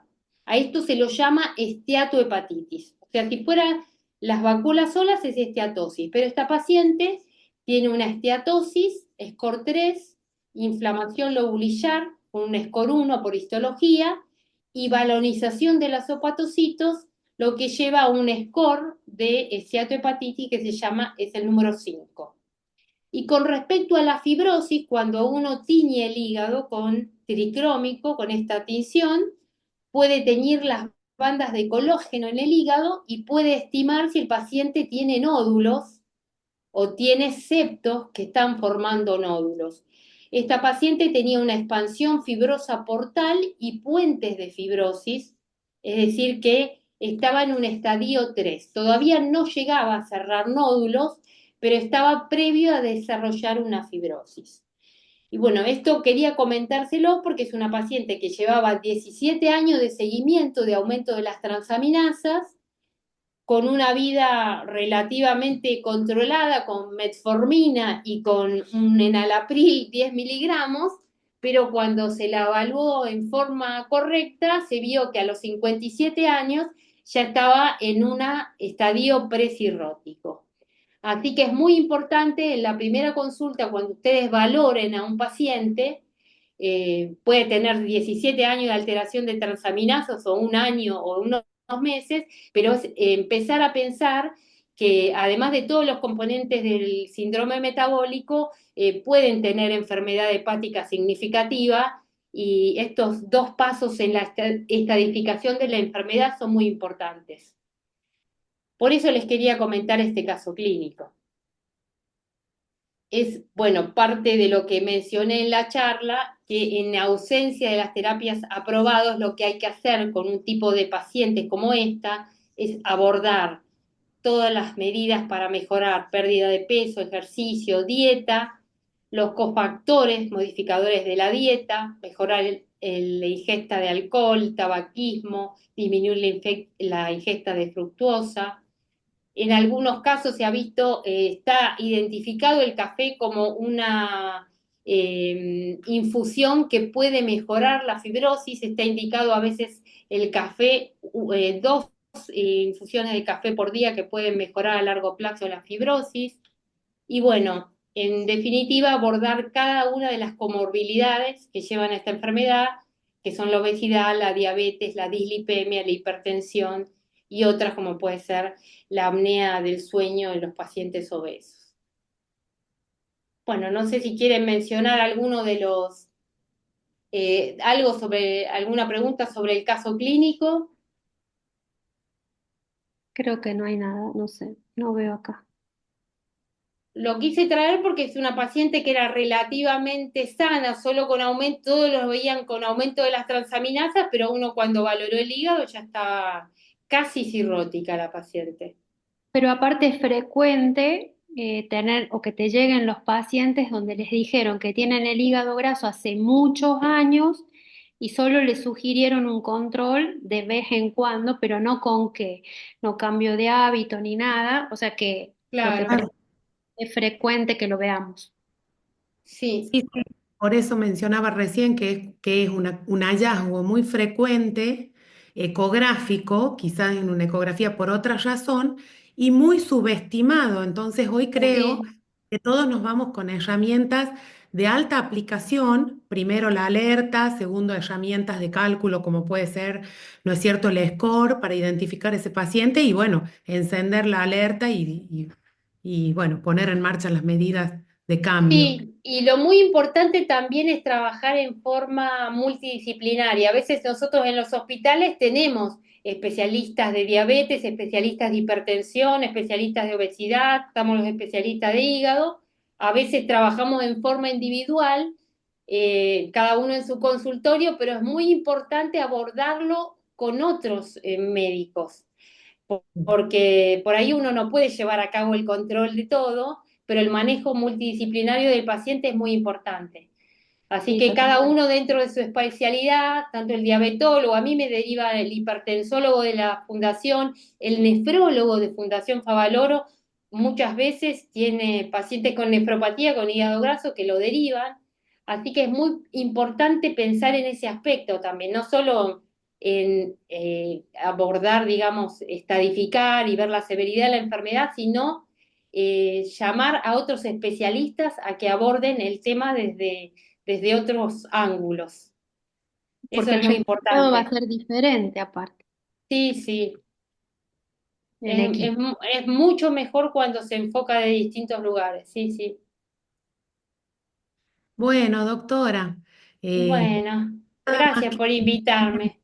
nuestra parte hemos tenido 109 asistentes, así Un que estamos muy montón. felices. Y bueno, una vez más, agradecemos a todo este equipo de organización de esto. Nuevamente, gracias Silvana y doctora, Sí. sin palabras. Bueno, Una gracias a invitación ustedes. para Bueno, Bueno, me alegro mucho que les haya interesado y bueno, cualquier pregunta después nos ponemos en contacto.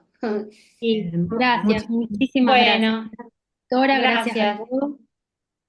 Gracias, doctora Karam. Y bueno, así Bueno, iniciamos y continuaremos con este módulo. esperemos. Muy bien. Muchos Muchísimas saludos. gracias. Gracias. Gracias. Un abrazo. Gracias. Adiós. Un saludo Adiós. a todos. Bueno, en las próximas horas vamos a poner la alerta cuando ya está disponible el examen para realizarlo, así que les avisamos al respecto. Bien, con la misma modalidad de siempre en la plataforma. Que tengan todos buenas noches y nos vemos el martes que viene. Buenas noches. Muchas gracias. Buenas noches. Gracias. Adiós. Buenas noches.